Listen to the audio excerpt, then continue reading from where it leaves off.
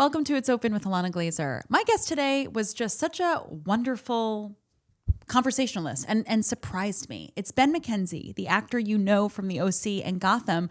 But did you also know he's an author of the book Easy Money and a writer-director of his new film called Everyone is Lying to You for Money? He's exposing in his book and in this new documentary, he's exposing the complete scam that is cryptocurrency. But what I found also interesting is that he, there's an exploration of masculinity here, and it's not just crypto, but it's crypto as a container for some community or cult-like figure that men today seem to need. He's 47. I learned a millennial dad who wants to see the world better than it is today. And he really comes off as a wife guy. Loves his wife. Very sweet. I had a great time talking to him, and I think you will enjoy listening. So come on in.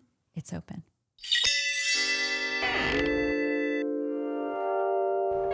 So Ben McKenzie, thanks for joining me. For having me. The way that we got connected was I was interested in your documentary. Everyone is lying to you for money? Yes. It's so good.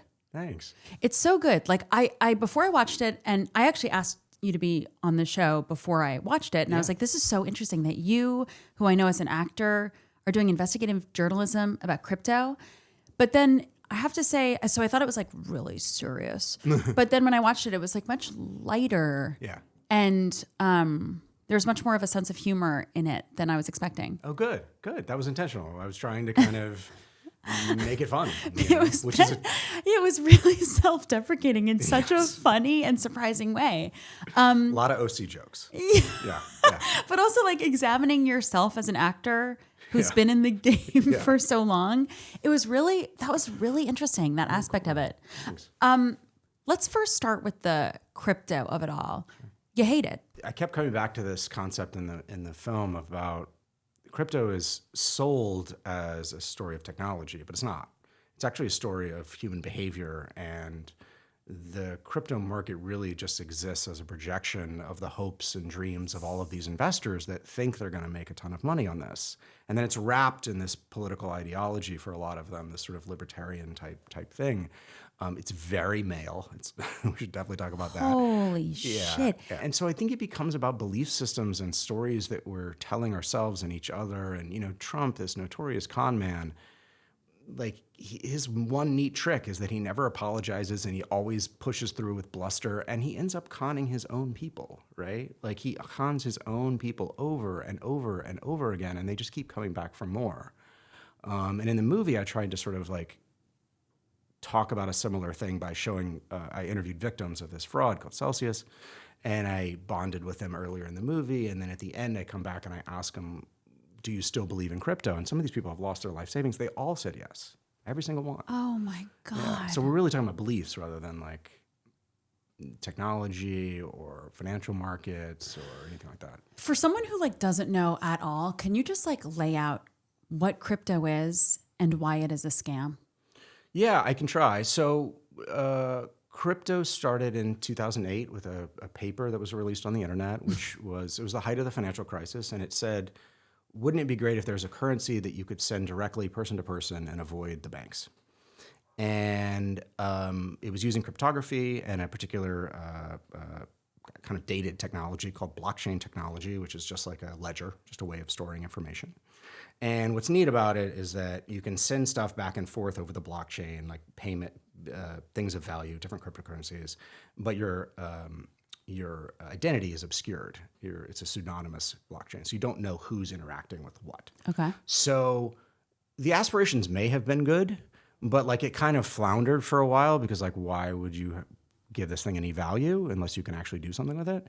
And it pretty much, its first use case was the Silk Road, which was a dark web drug marketplace and weapons and assassination attempts and things like that. Ooh. So like it was very quickly co-opted by criminals. Like very quickly, the thing that it was good because it was, again, why would you want to send something to someone that can't be traced and that was outside of the banking system? Right. Like it could be for a good purpose, but it's probably for bad things, Right. right? I mean, most Right. likely, right? Just being honest, being real. And so it very quickly became this element of a way of being paid for crime. And then it just exploded, and it's interesting. I mean, you mentioned Epstein earlier, but now we're finding out that Epstein was involved in funding Bitcoin development at a certain point. And Yeah, duh. That makes his I mean, if you're job much easier. yeah, if your Holy businesses are money laundering and human trafficking, then Yeah. a currency that can obscure your identity is pretty valuable. It's so sad that after the financial crisis and seeing the government bail out banks instead of people, Yeah. that crypto was born. Yeah, you nailed it. I mean, that is one of the saddest things to me, is that we wouldn't be in this place if we'd actually addressed the underlying issues and if anyone had been held accountable. Nobody went to jail for that. This thing where millions of people lost their homes, where many, many people in positions of power knew better or should have known better, and nobody. Not only did they not pay the price, they often got bailouts and payments to sort of cover up their losses. And we had to pay that. The American taxpayer Right. had to do that. And also so crypto is not connected to banks, and that's was sold as a point of freedom or something, but that makes it very dangerous. Yeah, I mean, look, you ask a question like, who likes the banks? And nobody raises their Right, hand, right? Everyone right. hates banks. I get that, right? I'm not a big fan of banks existing to begin with. I feel like we should cut them out completely, and the government can just, you can have accounts. Because banks are basically trading on the full faith and credit of the United States, in the sense that, You know what? I'm actually this has blown my mind. Have the government be the bank. the libertarians freak out about it, but the truth is, all the banks are doing, the money that's created in our economy is mainly created in the form of loans that the banks issue. So they have this, but they have to agree to all these rules and be regulated in a certain way. The rules are imperfect. Banks fail all the time. But this is the system that we've created. But people hate the banks because they're always charging you fees, and they're always, Right. they're banks. They're just there to make money, and Right. they make money even when they lose money, right? Too big to fail. They get so big that they Right. have to be bailed out, and so everyone hates them, I myself included.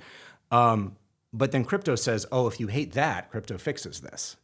And that's where the lie is. The lie is that crypto is better than the traditional banking system. And the truth is it's far worse because it's unregulated by nature, right? Right. I mean, if you're trying to obscure your identity, then you're really trying to get around all of the safeguards that already exist in the system. And what's scary is that crypto has made so much, because of Trump's embrace of it. The film takes place mainly in 2022 when it crashed, and I interviewed these guys before they were arrested, and it was kind of I don't know if it's on its way out, but it was waning.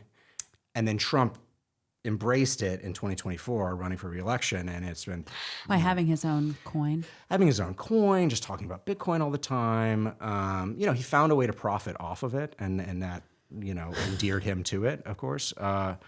Damn. And so now it's seeped into the traditional. That's what's really worrying me, is that we could be basically recreating another subprime crisis via cryptocurrency potentially. Wow. Which is hilariously ironic, right? It was created in opposition to it, and then it's going to recreate it. It's so predatory after we were completely preyed upon, the American people. Well, yeah, and I mean the title of the movie, "Everyone's Lying to You for Money," to me just really does embody the age in which we're living, where we're just so aware that everyone is lying to us all of the time for money. Sometimes it's just relatively innocuous, hey, we're trying to sell you a product or whatever that actually does something.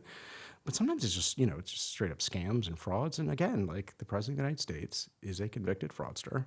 He's found guilty by a jury of his peers. What do we expect? Of course. So, and then what does it say about us that a plurality of us voted for him? I think it should at a minimum be a moment for the Democratic Party to look in the mirror and say, you lost to this guy twice? Right. That is, first of all, pathetic. That's just absolutely pathetic. And it should cause you to think about why. And if they can't tell the parties apart and you know how bad he is, Right. then you're doing something wrong. Yeah. So trying to talk to people about that. This moment of how and why we're in this moment, and also to the point of crypto is a very male-led and male-followed movement. Men are looking for shortcuts to some ideal. Yeah. Does that make sense? Yeah, absolutely. I mean, it's spending a couple of years looking at this. Well, I guess it's been 4 years now. Like, so many of the people that I talk to are men. It's almost exclusively men. There are some women, but it's really, really, which is fascinating because, yes, the traditional financial markets are often male dominated as well, but this is to an even further extent and degree, and the thing itself is so flimsy. What you're investing in when you're buying a cryptocurrency is just lines of code that are stored on a ledger called blockchain they bear no correlation to any real world asset of any kind, unlike a share of a stock or a bond or whatever. And they're not backed by the full faith and credit of the United States. It's basically corporate money. It's private money. Okay. Donald Trump's coin is issued by his company, World Liberty Financial. So we're talking about literal corporate money. Even Bitcoin is actually corporate money in the sense that the Bitcoins that are mined now through these multi-billion-dollar corporations, many of which are publicly traded. So if corporate money sounds like a good idea to you, then, but for most of us, it would be like, that seems pretty bad. But for men, I think there's this idea, the thing that crypto sells you on is this idea that you're going to control your own financial future, right? That you're not beholden to the banks, that you can have this currency. We can discuss later if it's actually a currency or not. My opinion is not. But this thing of value that is hard to trace, it's hard. So the government has a hard time, like, if you make a bunch of money in crypto, how's the government really going to know that you made a bunch of money, right? So it's this like way of empowering yourself, but kind of outside of the law, right? Or at least like in a very sketchy gray area of the law. And I think that appeals to a lot of guys. I do think, I'm 47, so I'm a middle-aged dude at this point. But I remember being in my 20s and gambling on poker. Living in Los Angeles, I'd have a game at my house, and occasionally I'd go to a casino, which is really sort of sad and pathetic. It's just goyish to me. Yeah. But so I understand the psychology a little bit. Like men, especially young men, are much more risk tolerant. They like to gamble. They like the adrenaline rush. Their prefrontal cortex hasn't totally evolved, so they just do stupider shit basically than women do, right? But like what crypto's done is taken gambling and just like blown it up so much bigger and allowed for the criminals to come in to take advantage of a system that kind of lives outside the law. And sort of the combination is just really, really toxic. Yeah. And this El Salvadorian crypto bro president? Yeah, the crypto bro president. Yeah, Bukele. I really appreciated how you connected this new currency to basically a new recycled form of colonization, where the indigenous people of El Salvador are being moved out to create Bitcoin City. Yeah. It's so gross. It's just tasteless. Yeah. Also is my problem that I'm like, we're just seeing so much muck. None of this is like creative, colorful. It really, the scammier it is, the uglier it happens to be in this world. Yes, just on an artistic level, it's quite offensive. The art, the branding, the branding, and it's like it's like I can't. Maybe you can help me like connect the dots here, but like crypto is anti-human rights. We're in this moment where we are seeing pro-humanity and anti-humanity. Anti-humanity in AI and crypto, I guess. Yeah. And I would say that, so to understand that, the way I think about it is our crypto story is super simple. Do you hate the regulated financial system? Everyone raises their hand. Oh, great. Crypto fixes this. That's the trick, is crypto fixes this. It's worse. But the story is so powerful because the first part is true. And so all of the things that crypto is doing is just showing us how we have to change the system. We have to change our system. That's why I talk about very seriously, like get rid of the banks. Wait a second. Sorry.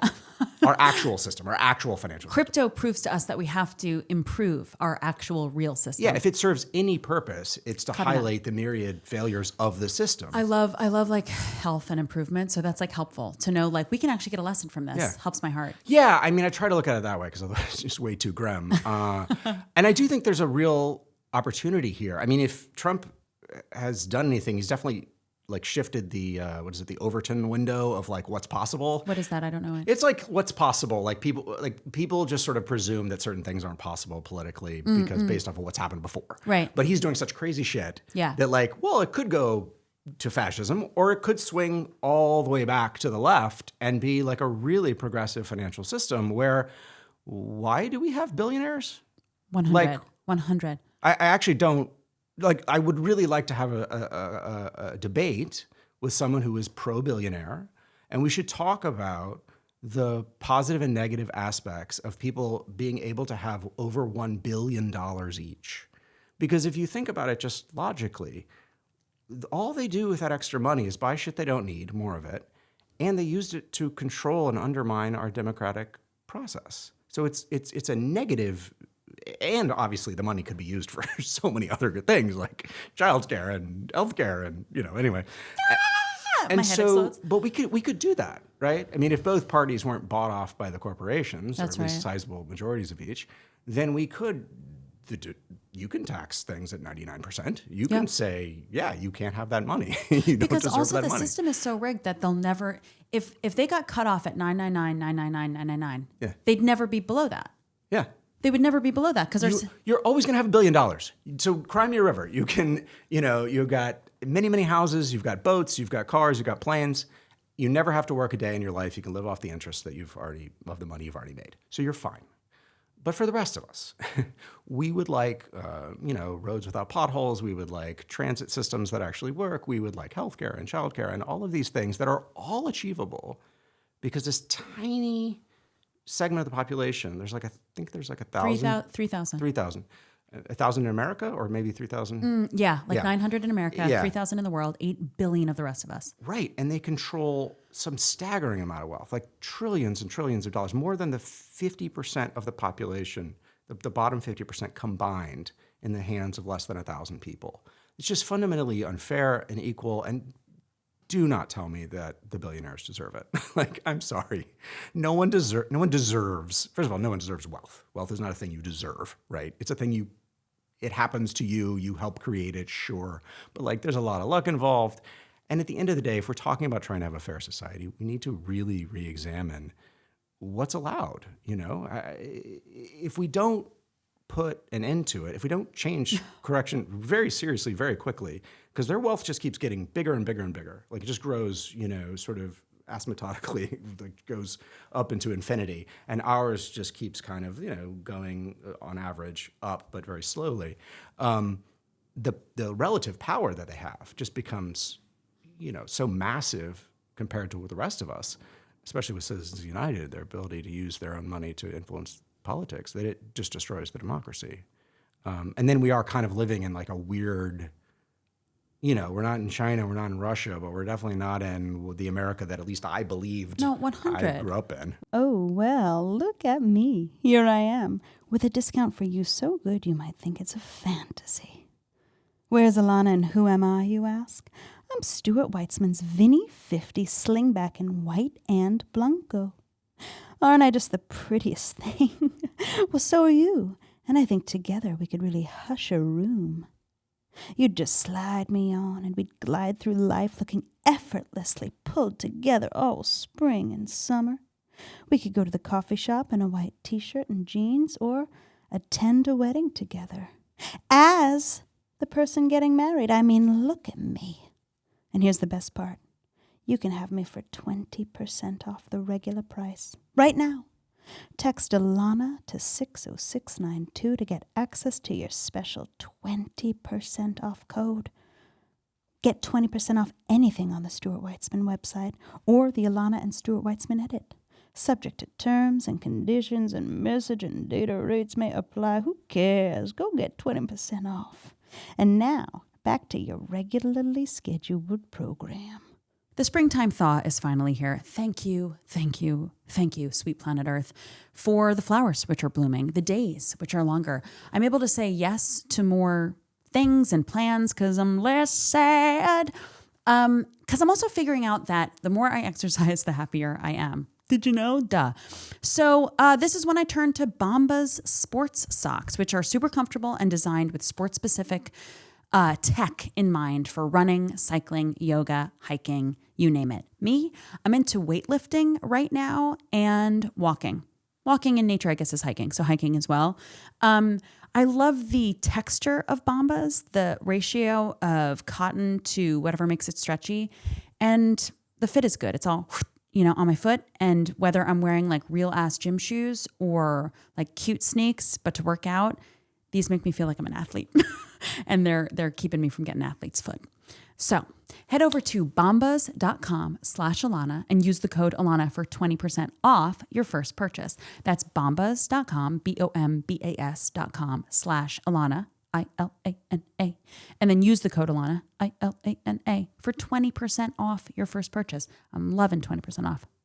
And it's like so crazy, like to be, adults at this time. We're both parents. Like it was very funny and generous the way that you sort of were self-deprecating about being the guy from the OC over and over. And, clip after clip, they were like, I just got to tell you, I love you on the OC. I will tell you, I didn't watch the OC if that helps you. That's fantastic.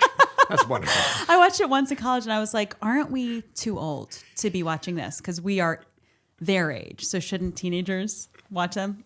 But, you represented teen youth and Broad City. We were 20-somethings.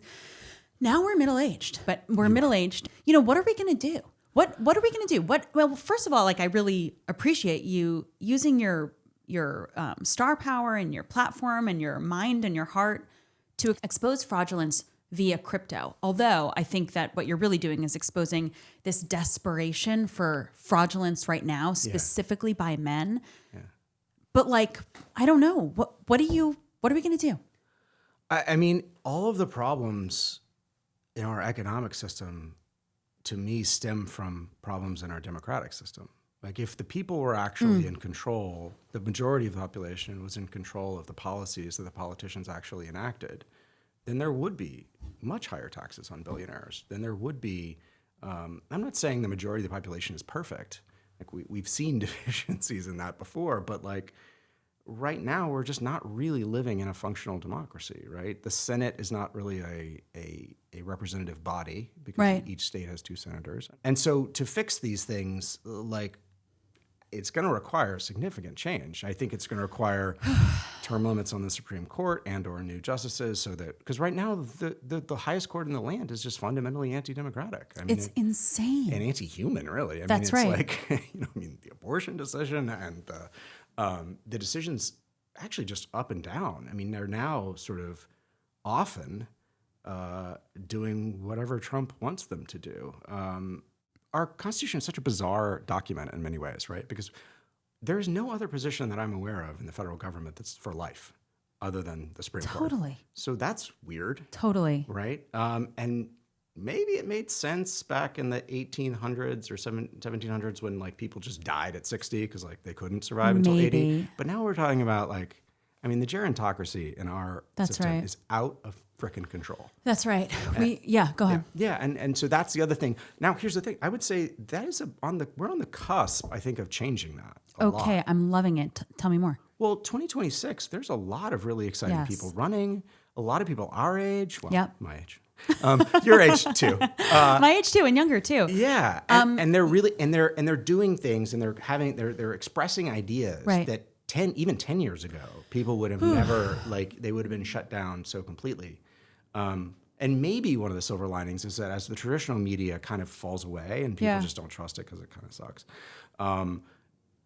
That can be filled by bad actors, but can also be filled by good actors who are doing, new and innovative stuff. It's always been a myth that the Republican Party is more responsible and more produces better results economically than for the American public. That is a lie. That is not true. If you look at different Democratic administrations, on average, Democrats have always done better than Republican presidencies.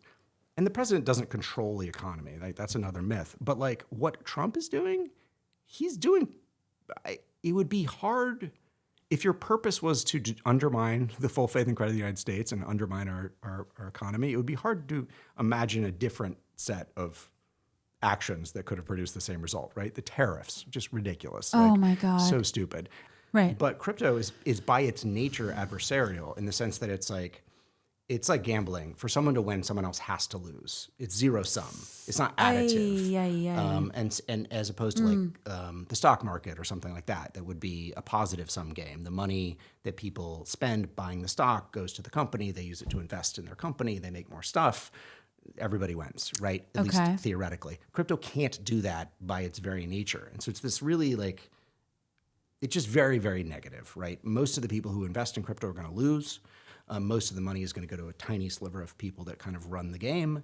And meanwhile, hundreds of billions of dollars of criminal activity is being facilitated.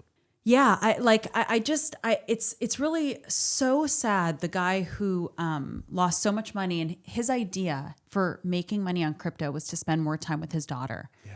And to see you both like teary-eyed and wiping your tears away, I'm like, what I saw in that moment was you creating, it is online and by Zoom, but creating community for men to talk about like their hopes and dreams and disappointments. And, you know, I just, I hate to have like, I feel sometimes like I'm a men's rights activist because I am very, very sad for men. And it's like, men get this thing of like men's loneliness crisis. And it's like, what about women? Women are fucking lonely. What are we talking about? Yeah. There's single women. Yeah. There's women who are, I don't know about involuntarily celibate, but like celibate by their best judgment. And like, you know what I mean? But we're like incels and they become so violent and, you know, that's whatever connected with like gun violence. And it's this thing that's hyper normalized where we're like, this is the world, unfortunately. But it's like, was there ever a healthy masculinity? But what the fuck has happened in our becoming adults?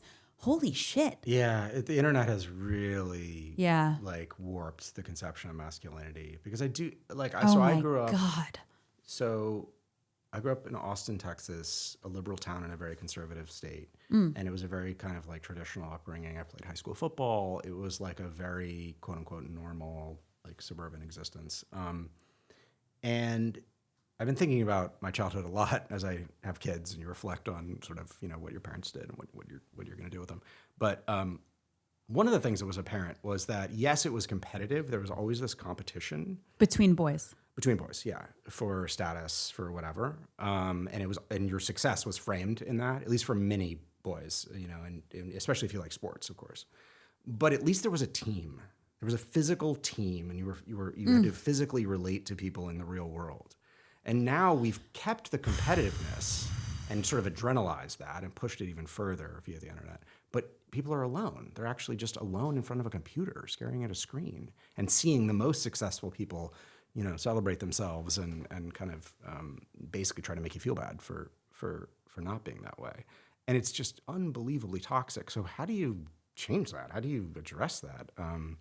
Unfortunately, I do not have many good answers, but it does seem like it starts with human contact. You're bringing your movie all around the country, right? People can come see you and see this movie. Yes, and I mean, I know it's self-serving, but like, if you care about these things, please just come to the movie theater. I know it's a pain in the ass. Trust me, I have 3 kids. Like the number of non-animated movies that I've seen in the movie theater in the last 5 years is like probably count on. But it's not self-serving. Like honestly, like you don't have to be doing this. It is helpful and community building. And also I'm like, it is a type of masculinity of exposing fraud that we need to see. Yeah. There is the role models for men and young men are so literally just fucking gross. Yeah. So I hear you, what you're saying, but it's like, come see this movie. Yeah. And it's fun. It's 90 minutes, right? It is fun. It's fun. And also, your wife was so good in it. She was so great. Sweet and generous. And it was really nice to see you guys and see you both make fun of you. It was hysterical. Yes. It was so sweet. It's really fun. I honestly,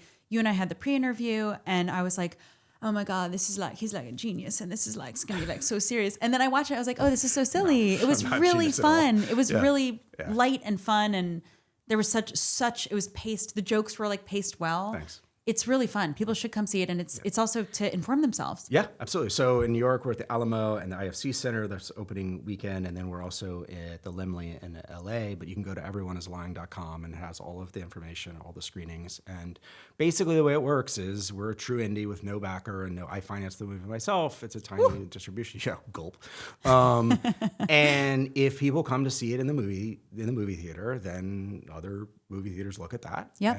and they book it in their theater. And so it's literally just word of mouth. That's the only way the movie works. Films these days are grassroots organizing, and as tech has bought Hollywood, they're doing like data centered strategies where they're like, what works, what has worked in the past. Yeah. So they're just rebooting the same ideas, the same IP, the same people, really rebooting. So something like this in indie film is like honestly a form of progress that people can be a part of. And a resistance, right? It's a form That's right. of saying, fuck you. You don't get to tell me what art I can watch, what That's right. communities I can have. Fuck you. That's right. Know? And I'm doing fun things. Like there's Q&As after all the screenings that I attend in person with like fun people. I just got Adam Brody's going to do one with me in LA, which is going to be so fun. That's awesome. Hell yeah. And then there's like got some politicians and some political figures and some reporters, and so there's all the kind of things you might want as an audience member in terms of if you want the high egghead conversation or the more fun OC jokes. Hell yeah. And if people see it in the movie theater, enough people see it in the movie, they're damn straight they'll come back and try to put it on. So the power is with us. So everyoneislyingtoyou.com? Everyoneislying.com. Everyoneislying.com. Ben McKenzie, thank you so much. Congratulations on this movie. It's fucking awesome. Thank you so much. Thanks, Ben McKenzie, for joining me. And check out everyoneislyingtoyou.com. Go see that movie. It's great. I saw a screener and I was like, this is not only interesting and fucking wild that this is happening. It was like truly delightful. Truly delightful. He and his wife making jokes about him. It was great. Really, I encourage you to go see it.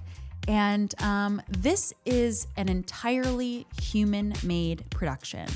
This has been a Star Picks production, and I want to thank my creative producers for helping me figure it out today. David Rooklin, Annika Carlson, Glennis, Meagher, Kelsie, Kiley, and Madeline Kim.